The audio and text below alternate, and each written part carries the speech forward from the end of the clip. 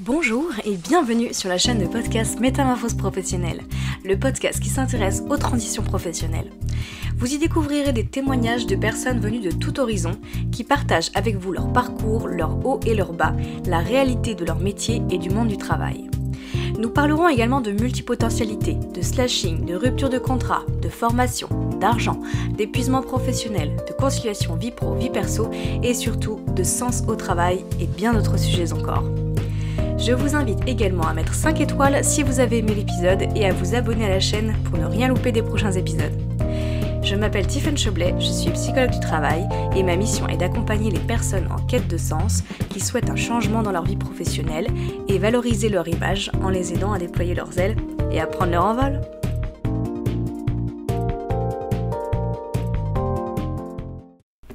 J'ai le plaisir de vous faire découvrir l'invitée qui va suivre car elle a accepté de partager son parcours de métamorphose avec vous. La particularité de l'accompagnement que j'ai eu avec Coralie, c'est qu'elle parcourait au même moment le chemin de Compostelle et ces deux parcours ont fait sens pour elle et lui ont permis de se retrouver et de se réaligner. Avant notre accompagnement ensemble, Coralie était acheteuse approvisionneuse, ne s'épanouissait plus dans son travail après seulement 1 an d'expérience. Depuis, elle est devenue conseillère en insertion professionnelle avec beaucoup de volonté et de persévérance, fascinée par ce qu'elle avait appris sur elle-même et ce qu'elle avait vécu au travers de sa propre reconversion. Vous êtes d'ailleurs de plus en plus nombreux à m'interroger sur le métier de conseiller et conseillère en insertion ou évolution professionnelle et psychologue du travail, et c'est toujours un plaisir de pouvoir vous guider en tant que professionnel ou futur professionnel du métier. Mais sans plus attendre, je laisse la parole à Coralie. Écoute, bonjour Coralie. Salut Tiffany. Je suis ravie de t'avoir à mon micro et particulièrement parce que donc j'ai pu t'accompagner par le passé et donc je suis ravie que tu puisses partager aussi avec nous et avec ceux qui nous écoutent ton parcours. Je te propose de commencer par te présenter si tu veux bien. Alors moi c'est Coralie Berthaud, je suis célibataire, bien dans mes baskets. Je suis passionnée de danse, de théâtre et de voyage. J'ai une licence commerce international et j'ai un master dans les achats. J'ai exercé pendant 1 an le métier d'acheteuse approvisionneuse. Et puis, je me suis rendu compte que je n'étais pas vraiment épanouie dans mon travail, donc j'ai décidé de me reconvertir professionnellement. D'accord. Alors, est-ce que tu peux revenir finalement sur ces étapes? Déjà, dans un premier temps, pourquoi tu t'étais orientée dans les achats? Ouais, alors à la base, c'est le métier d'acheteur, un métier qui était au centre de l'entreprise, enfin, en lien avec toutes les parties prenantes de l'entreprise. Donc, ce que j'aimais bien, c'était la relation à l'humain, le fait de travailler avec différents services de l'entreprise. Et puis, aussi l'aspect voyage, le fait de pouvoir voyager, travailler avec des fournisseurs étrangers. Il y avait ces 2 aspects-là qui ont finalement évolué au fil du temps. Parce que je me suis rendu compte que le contact humain, je le voulais autrement. Et puis, pareil, de voyager, ma vision du voyage aussi a évolué en même temps. Voyager pour 2 jours, traverser le monde juste pour un rendez-vous client, c'est pas ce qui me plaisait dans le voyage. D'accord. Ok, donc c'est pas comme ça que tu l'imaginais, toi, quand tu t'es orientée là-dedans. Voilà, c'est ça. Et je me suis rendu compte, la réalité du terrain quand j'étais, quand j'ai eu une longue période de stage et puis quand après j'ai commencé mon expérience professionnelle. Il y avait aussi beaucoup de normes et de procédures dans ce métier-là et beaucoup d'administratifs, de reporting, sur des tableaux Excel, des choses comme ça. Et moi, mon potentiel, il est pas là du tout, quoi. D'accord. Et lors de tes études, tu t'étais pas forcément rendu compte de toutes ces contraintes, peut-être, enfin, en tout cas, ce que tu perçois toi comme des contraintes, tout cet aspect procédurière et administratif? Non, pas du tout. Et c'est vrai que, en fait, quand je regarde mon parcours, je me suis rendu compte que j'ai toujours été au plus large. J'ai fait un BTS commerce, j'ai fait après une licence internationale, après j'ai fait un master 1 marketing international, et puis après, en dernière année, au bout de 20 ans d'études, je me suis spécialisée dans les achats. Donc internationaux. Donc, ce qui me plaisait, c'est sûr, c'était cet aspect international, les langues étrangères, et puis le contact humain. Mais au final, ouais, j'avais pas d'idée en fait. J'avais pas trop d'idées, donc j'allais toujours au. Clairement, c'est ça. Je D'accord. pense que, ouais, je pense que il manque dans nos formations, il nous manque vraiment un module où on prend du temps pour apprendre à se connaître soi, quoi. Hmm. Et donc, est-ce que tu as pu prendre ce temps finalement à te connaître par la suite? Comment tu as compris que finalement, c'était pas dans les achats que tu voulais aller? Euh, Mm. alors donc du coup c'est à la fin de mon contrat, donc le dernier contrat que où j'ai fait donc acheteuse approvisionneuse, donc je me suis rendu compte que pour le coup, donc c'était un contrat de 9 mois et je me suis rendu compte que ok, c'était pas fait pour moi. Il y avait des signes comme ça qui montraient que je craquais au travail ou des signes qui montraient que je n'étais pas épanouie. Donc je me suis dit ok, bon, il semble que c'est pas fait pour moi.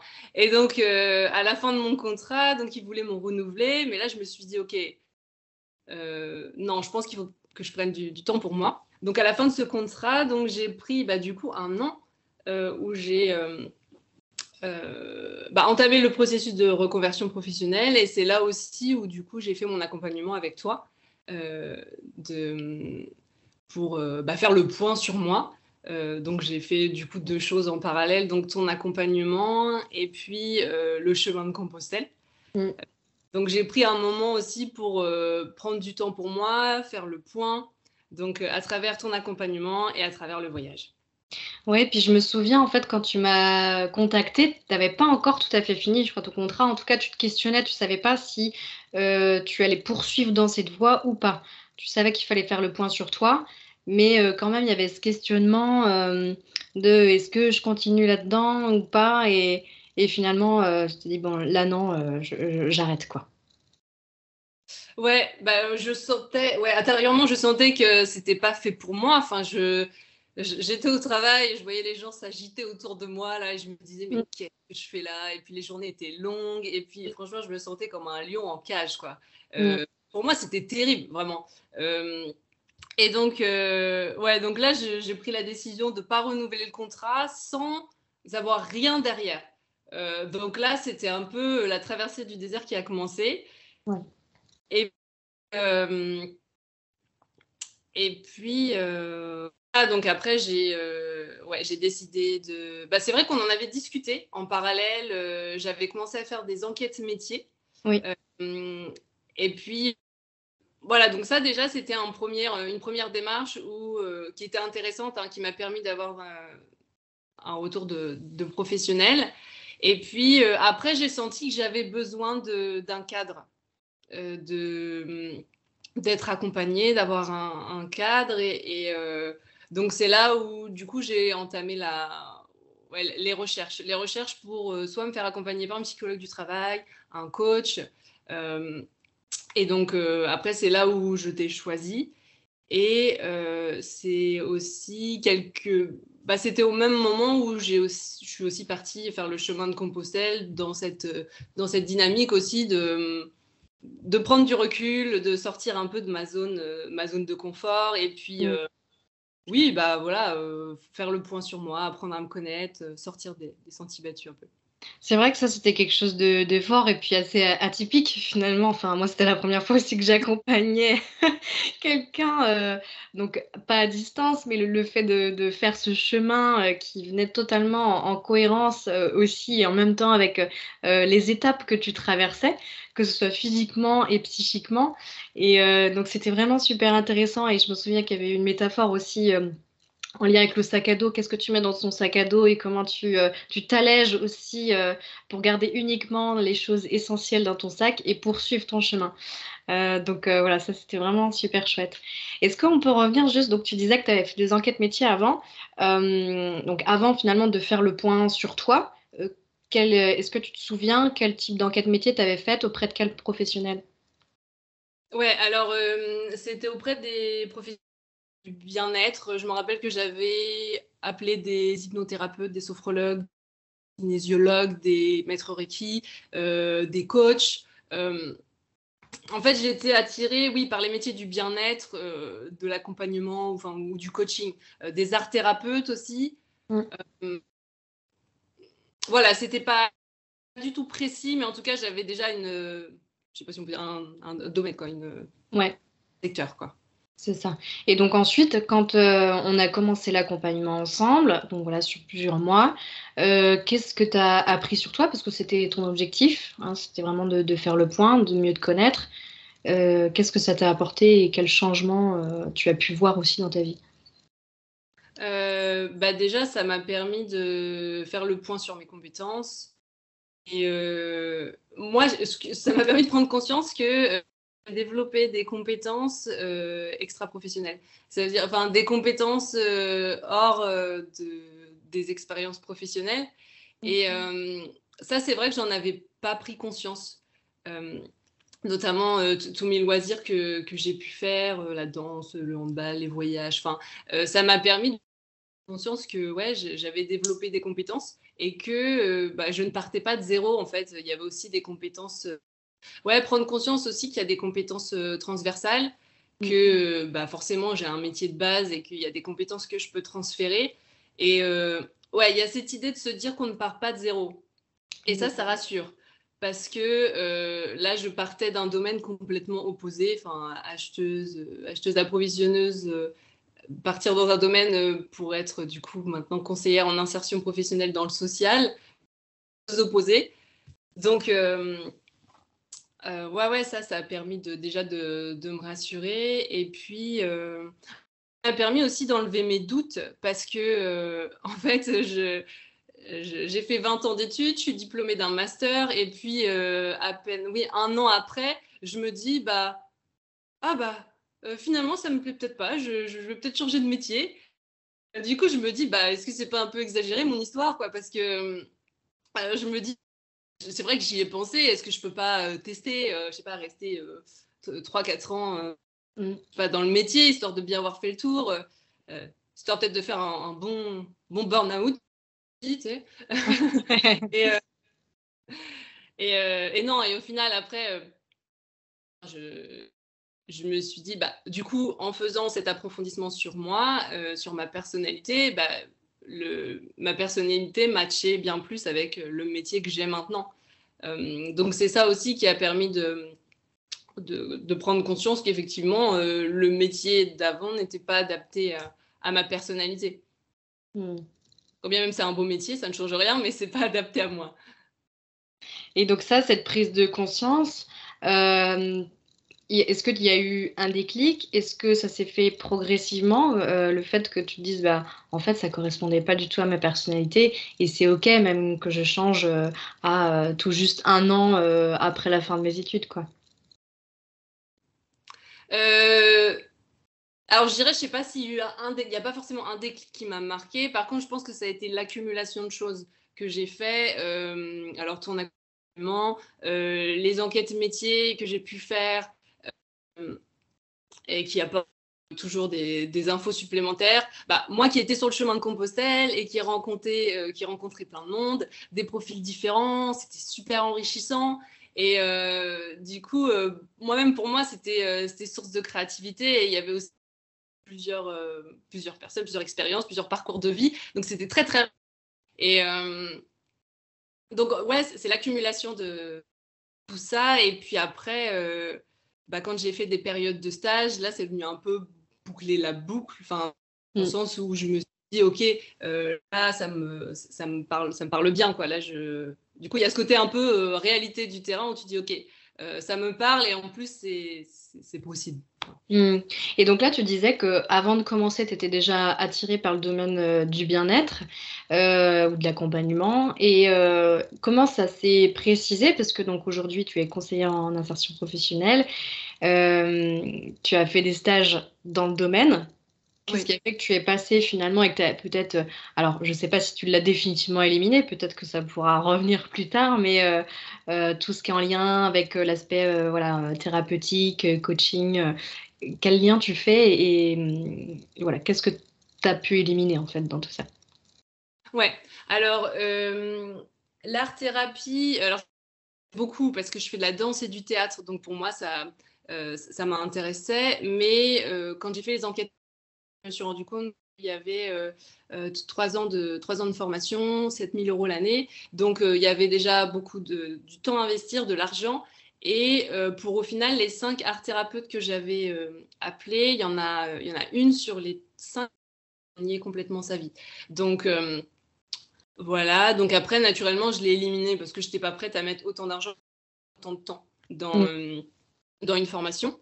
Et après, donc les autres métiers, tout ce qui est hypnothérapie, kinésiologie, reiki, les métiers du bien-être, en fait, si j'ai fait le bilan sur moi, ma vie, c'est pas venu sur mon chemin. J'ai pas fait d'hypnose, j'ai pas fait de sophrologie, j'ai pas. Par contre, ce que j'ai fait, c'est que je me suis reconvertie professionnellement.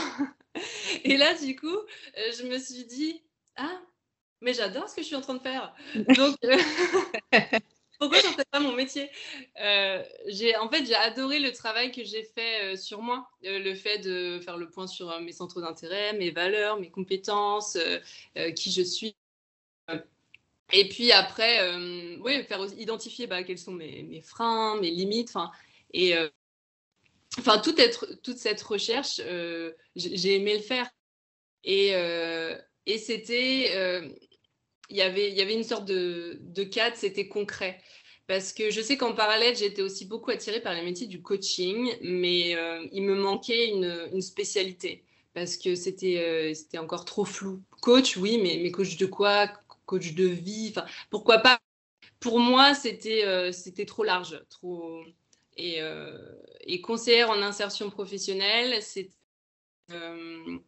concret et puis je venais de le vivre. Et en fait, je suis passée par l'expérience et là, aujourd'hui, ça m'aide beaucoup pour accompagner mes bénéficiaires. Donc justement, tu parles d'expérience, tu disais que tu avais fait des stages. Est-ce que tu peux nous dire combien de stages et quel stage tu as fait pour mener à bien finalement ton projet? Ouais, alors j'ai fait 5 stages, 5 stages de 1 semaine chacune. Et donc, c'était des stages dans des entreprises d'insertion et dont une dans une animation d'atelier de théâtre, mais ça faisait du lien avec l'animation d'atelier collectif de toute façon. Et du coup, ça m'a permis de pouvoir travailler avec des conseillers en insertion professionnelle, des formateurs, des référents pédagogiques. Et ça m'a permis aussi d'explorer différentes prestations, différentes cibles de bénéficiaires avec différents objectifs. Ça m'a permis aussi déjà de tester, en fonction des stages dans lesquels j'étais, les CIP, donc les conseillères en insertion professionnelle. Des fois, ils me laissaient animer des ateliers. Donc, voilà, ça m'a permis de tester et puis de voir si j'aimais déjà. Donc, atelier collectif et puis accompagnement individualisé. Je pouvais aussi assister au rendez-vous individualisé. Donc ça, c'était intéressant. Et puis, finalement, ce qui était intéressant, c'était aussi voir différents fonctionnements d'entreprise, différentes équipes, différents professionnels. Je crois qu'aussi, c'est l'accumulation. En fait, c'est vrai que j'encourage les gens vraiment à plier les gens, parce que c'est là après où on croise les infos. Et c'est ça qui est intéressant. Alors, c'est vrai que ce que j'ai trouvé super, j'ai trouvé vraiment génial de travailler avec toi parce que tu es quelqu'un d'hyper assidu et qui va vraiment au fond des choses. Tu as fait je ne sais plus combien d'enquêtes métiers, mais quand même un sacré nombre, 5 stages que tu as trouvé finalement sans trop de difficultés et qui se sont assez bien enchaînés. Et par la suite, tu vas nous raconter le choix que tu as fait, parce que voilà, tu as quand même réussi aussi à trouver du travail relativement rapidement après ces stages, et en tout cas à la fin de l'accompagnement. Est-ce que tu peux nous parler justement de la suite, de ce qui s'est passé après ces périodes de stage? Ouais. Du coup, c'est vrai que pour rebondir sur ce que tu as dit, c'est vrai, quand je fais les choses, je l'ai fait à fond. J'avais quand même un ultimatum parce que donc moi, pendant 1 an, pendant cette reconversion professionnelle, j'ai pu vivre grâce aux allocations donc du chômage. que j'avais cumulé avec ma précédente expérience professionnelle. Et en fait, j'arrivais au bout de mes allocations. Donc, j'avais 2 options, soit trouver un travail directement ou... j'avais pas 2 options, j'avais une option finalement. C'était un travail.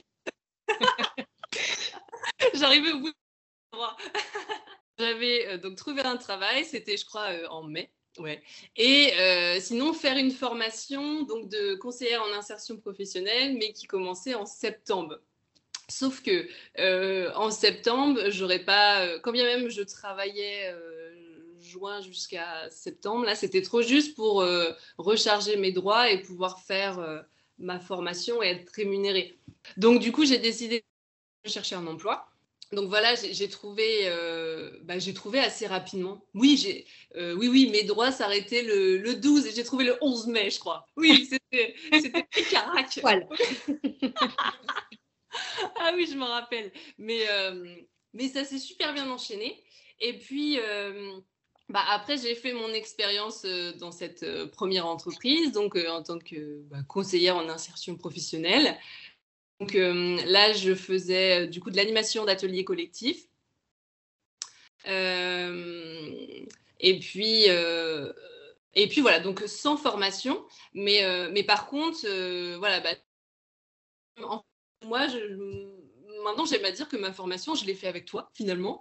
Et puis, les enquêtes métiers, ça m'a énormément aidée. Et puis, j'ai quand même eu 5 périodes de stage en entreprise où je me suis formée, finalement, auprès de professionnels.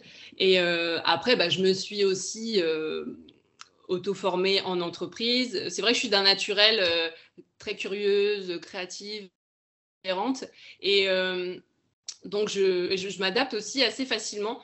Donc, voilà, cette première période en entreprise s'est bien passée. Et je l'ai réussi avec ses challenges. Hein, oui. Mais parce que forcément, nouveau métier, reconversion professionnelle. Donc, il y a eu des challenges, mais ça l'a fait. Et puis après, j'ai trouvé un autre travail, donc en tant que conseillère en insertion professionnelle dans une autre entreprise, puisque avec cette entreprise-là, c'était la fin de mon contrat.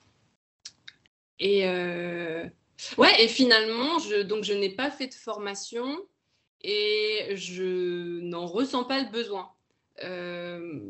Parce que j'arrive à exercer mon métier sans formation. Et puis, moi, c'est vrai qu'avec la formation aussi, ça me questionnait. Donc, ça, c'est très personnel. Mais j'avais peur de m'ennuyer dans une formation et j'avais peur de perdre mon temps. Et troisième chose, financièrement, ça me met à l'arrêt.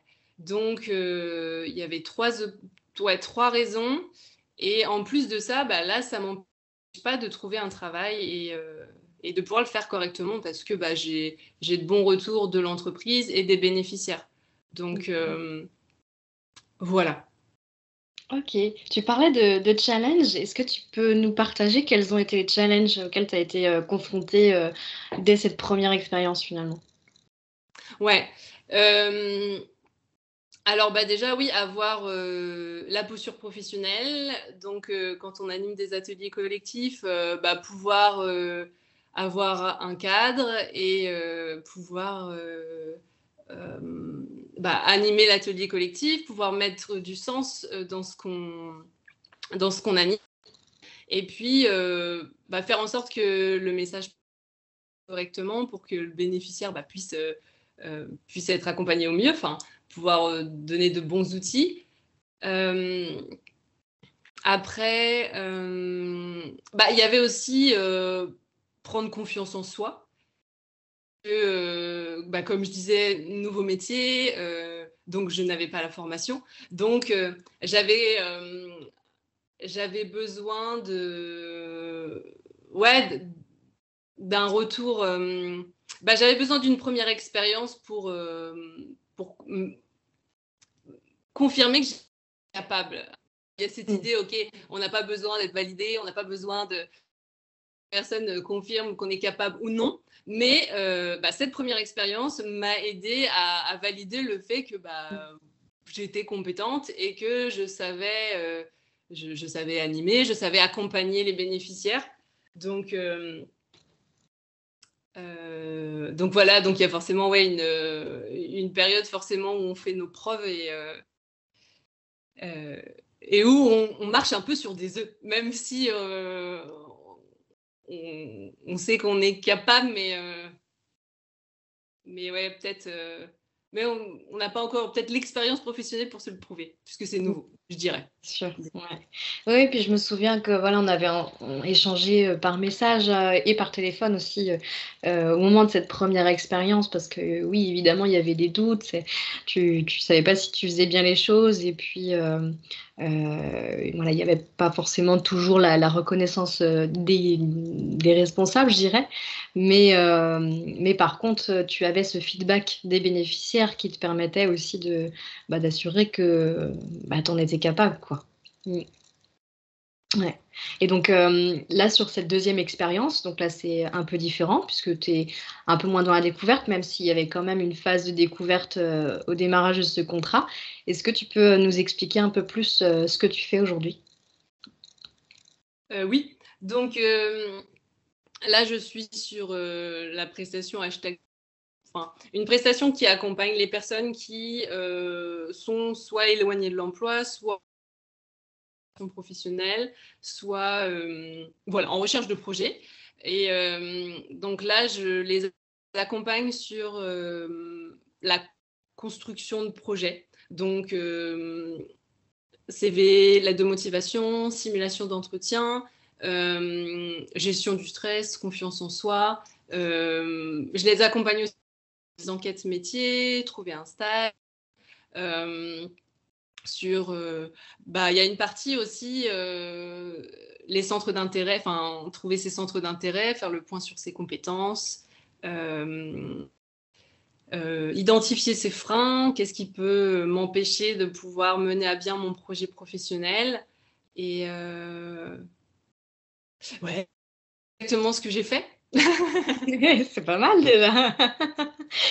Ouais. Et donc, si on prend d'un regard extérieur, là, ton entourage, que ce soit ta famille, tes amis, tes proches, qu'est-ce qu'ils ont pu penser aussi de cette reconversion, de cette métamorphose, que j'aime le dire? Alors, j'ai une partie du coup qui m'ont soutenue, qui m'ont fait confiance, qui comprenaient pas forcément ce que je faisais, mais disons ils étaient là pour moi. Et puis voilà, ils me faisaient confiance, ils respectaient mes choix. Et puis j'ai dû faire face aussi au jugement des autres où voilà, certains n'ont pas compris ce que je faisais et qui m'ont jugé. Alors voilà, c'est pas facile. C'était pas facile, mais je dirais que au fond, je savais que j'étais dans la bonne direction. Enfin, je savais que c'était bien ce que je faisais, que c'était bien pour moi. Donc, j'ai rien lâché et j'ai continué. Et aujourd'hui, du coup, je confirme mon choix dans le sens où, du coup, je suis beaucoup plus épanouie maintenant. Et donc, du coup, j'ai bien fait de suivre mon intuition. Mais Et quelles ont été, enfin, si tu sais l'identifier, quelles ont été tes principales difficultés dans ce processus finalement de changement? Alors, du coup, comme je disais, le jugement, parce que ça n'a pas été facile de se faire juger par des proches. C'est vrai que comme toute période de transition, on est perdu. Moi, il y a un moment donné, j'étais perdue. J'étais perdue. Et donc, du coup, ouais, donc forcément, on a besoin de soutien, on a besoin d'encouragement. Et donc, en plus, dans une période d'instabilité, pas facile, mais bon, voilà, c'est la vie. Après, les difficultés, ça a été mes doutes aussi. Douter de est-ce que c'est la bonne décision? Est-ce que je ne devrais pas tout simplement retourner dans mon métier de base qui est acheteuse, approvisionneuse, et puis voilà, c'est beaucoup plus simple. Est-ce que... voilà, je sais pas, les doutes. Après, quoi d'autre? Du coup, en lien, peut-être avec des fois peut-être le manque de soutien ou d'encouragement, j'ai eu des moments où je me suis sentie seule, des moments de solitude. Dans cette traversée du désert, je répète, c'est vraiment ça. Mais après, à l'inverse, il y avait aussi, voilà, il y avait des gens qui étaient là pour moi. Enfin, donc, bon, au final, tout est parfait. Je suis arrivée au bout et comme je dis, voilà, tout est parfait. Mais je dirais, voilà, c'est les 3 difficultés qui me viennent comme ça en premier. Et si c'était à refaire, est-ce que tu ferais les choses différemment? Bah non. Non, non, je pense pas. Non, non, je pense pas. Non. D'accord. Moi, ce qui m'a frappé, c'est, d'ailleurs, tu as dit 2 fois traverser du désert. Tu parcourais en même temps le chemin de Compostelle. Il y avait vraiment cette idée de mouvement, de mise en action, le mouvement qu'on retrouvait aussi au travers la danse finalement, et enfin voilà, tout un tas de choses. C'était vraiment, et au travers de tes actions, parce que tu avançais quand même relativement bien et assez vite. Donc ça, c'était vraiment je dirais le mot-clé de notre accompagnement, c'était ce mouvement. Oui. Et pour revenir à ce que tu disais tout à l'heure en te disant à un moment donné, j'étais complètement perdue. C'est vrai que très souvent on entend dire, voilà, quand on opère comme ça, quand on fait un bilan de compétences ou en tout cas le point sur un projet professionnel, on parle souvent d'entonnoir. Moi, très souvent, ce que je remarque, en général, pour moi, il y a même 2 entonnoirs. Ça commence par un entonnoir renversé, je dirais, et puis ensuite un entonnoir à l'endroit. C'est-à-dire que toi, tu es arrivé avec quelques idées, hein, quelques pistes, comme certaines personnes. Donc, bon, tu parlais du bien-être, même si c'était encore un peu flou, mais il y avait quand même quelques idées de métier. Et puis finalement, plus ça avançait, à un moment donné, il y avait plein de choses qui t'intéressaient. On augmentait encore plus finalement ces pistes-là. Ce qui fait qu'à un moment donné, on peut se retrouver noyé, en effet, si on n'est pas accompagné. Et puis ensuite, hop, on vient resserrer avec ce deuxième entonnoir dont on parle bien souvent pour revenir affiner le projet. Je me rappelle de ce moment-là, c'était le moment où du coup j'étais sur le chemin de Compostelle et donc je rencontrais plein de personnes et donc du coup plein d'idées, plein de profils, de métiers différents et du coup je me disais ah mais pourquoi pas, ah mais pourquoi pas et donc effectivement c'était pas clair mais en même temps c'était le moment de l'exploration des métiers.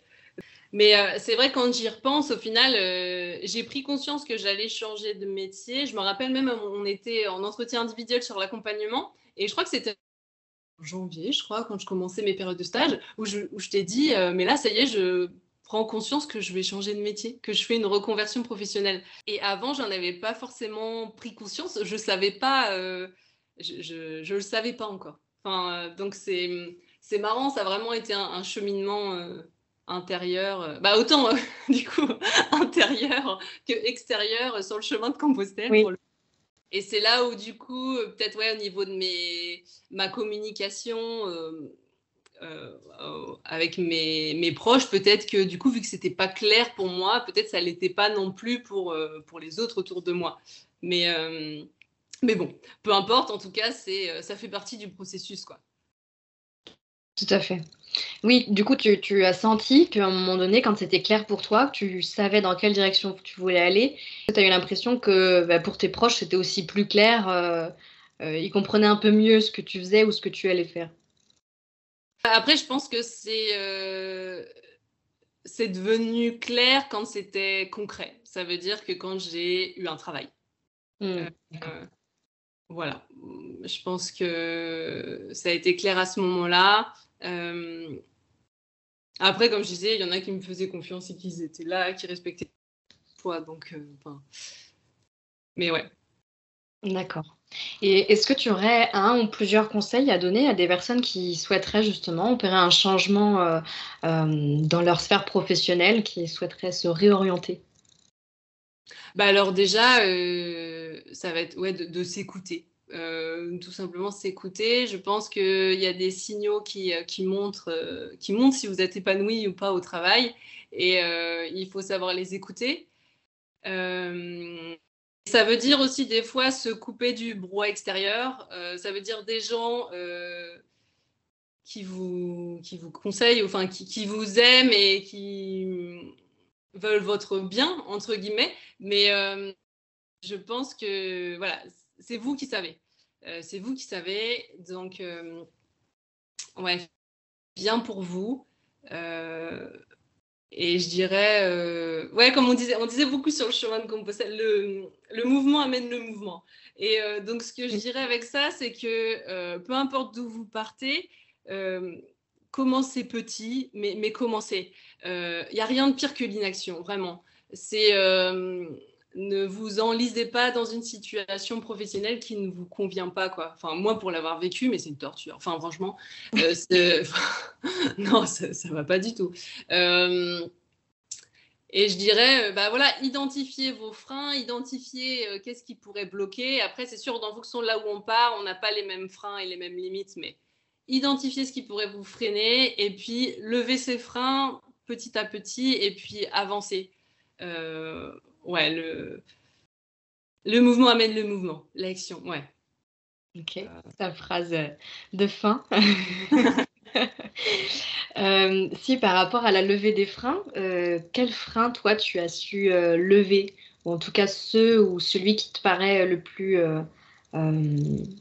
celui qui t'a peut-être le plus bloqué et que tu as réussi à lever pour justement passer à l'action? Bah, le jugement de l'autre, en fait. On m'a jugée, mais j'ai quand même avancé. Et c'est vrai que dans mon entourage, il n'y a personne qui avait fait une reconversion professionnelle. Donc, on se demandait, mais enfin, en fait, c'était pas clair pour les gens autour de moi parce qu'ils n'avaient jamais vu ça. Enfin, non, moi, dans famille, amis, je ne vois pas de personnes qui ont fait de reconversion professionnelle. Donc, forcément, c'est trop. Et il y avait des incompréhensions. Et du coup, il fallait que je sois vraiment centrée sur moi et de me dire, OK, moi, ça me parle, j'y vais. Et puis, ils comprendront plus tard. C'est pas grave. Moi, ça me parle, même si, du coup, c'était flou pour moi. Donc, comme je disais, j'avais aussi du mal à mettre des mots concrets sur ce que j'étais en train de faire parce que moi-même, j'étais dans ce processus. Et donc, c'était flou. Mais du coup, dans ma tête, je me dis non, mais c'est juste pour moi, donc j'y vais. Et puis, Est-ce que tu as quelque chose à rajouter que tu aimerais partager à ceux qui nous écoutent et qu'on n'aurait pas forcément mentionné? je dirais, si vous sentez à l'intérieur de vous qu'il faut changer de métier, allez-y. Si vous êtes perdu, c'est normal, continuez. Si vous vous sentez incompris, c'est normal, continuez. Si vous, je sais pas, vous doutez, c'est normal, continuez. Si il y a des fois vous avez envie de tout arrêter, c'est continuer. Il y a les hauts et les bas et moi, je pense que quand on met de l'énergie dans une direction, ça finit toujours par payer. Donc, je dirais, si ça vous parle à l'intérieur de vous, allez-y. Génial. Écoute, je n'aurais pas mieux dit. Je trouve que ça conclut extrêmement bien cette interview. Merci beaucoup, Coralie. Merci pour toute ton énergie, tout ton partage et ces messages à la fois d'espoir et puis ce message de c'est normal, continuer. C'est vrai que c'est super important parce que le nombre de personnes qui se disent bah voilà, j'ai essayé ça, ça marche pas, mais finalement ils sont pas allés au bout des choses, ils n'ont pas continué justement et persévérer et malgré tous ces freins, alors toi le jugement, le regard des autres, mais voilà, il peut y avoir bien d'autres freins. Donc voilà, je te remercie beaucoup pour tout ça. Merci à toi, Tiffany, de m'avoir donné la parole. Avec plaisir, Coralie. Je te souhaite une bonne journée, puis une bonne continuation dans ton parcours et ton cheminement. Merci à toi aussi, Tiffany. Je vous remercie grandement pour votre écoute de cette nouvelle métamorphose professionnelle et je vous invite tout de suite à vous abonner pour suivre les prochains épisodes, ainsi qu'à commenter, réagir et ajouter 5 étoiles si vous avez apprécié le podcast. Si vous aussi vous souhaitez partager votre expérience de métamorphose lors d'un épisode, je vous invite à me contacter à l'adresse soitoi.psydutravail@gmail.com. Si vous vous questionnez sur le sens de votre travail ou sur une nouvelle orientation professionnelle et que vous souhaitez être accompagné et bénéficier d'une écoute ainsi que d'une méthodologie pour opérer les changements nécessaires à votre vie, je vous propose de vous présenter gratuitement le parcours métamorphose à retrouver sur mon site internet www.soitoi-psychologue-du-travail.com.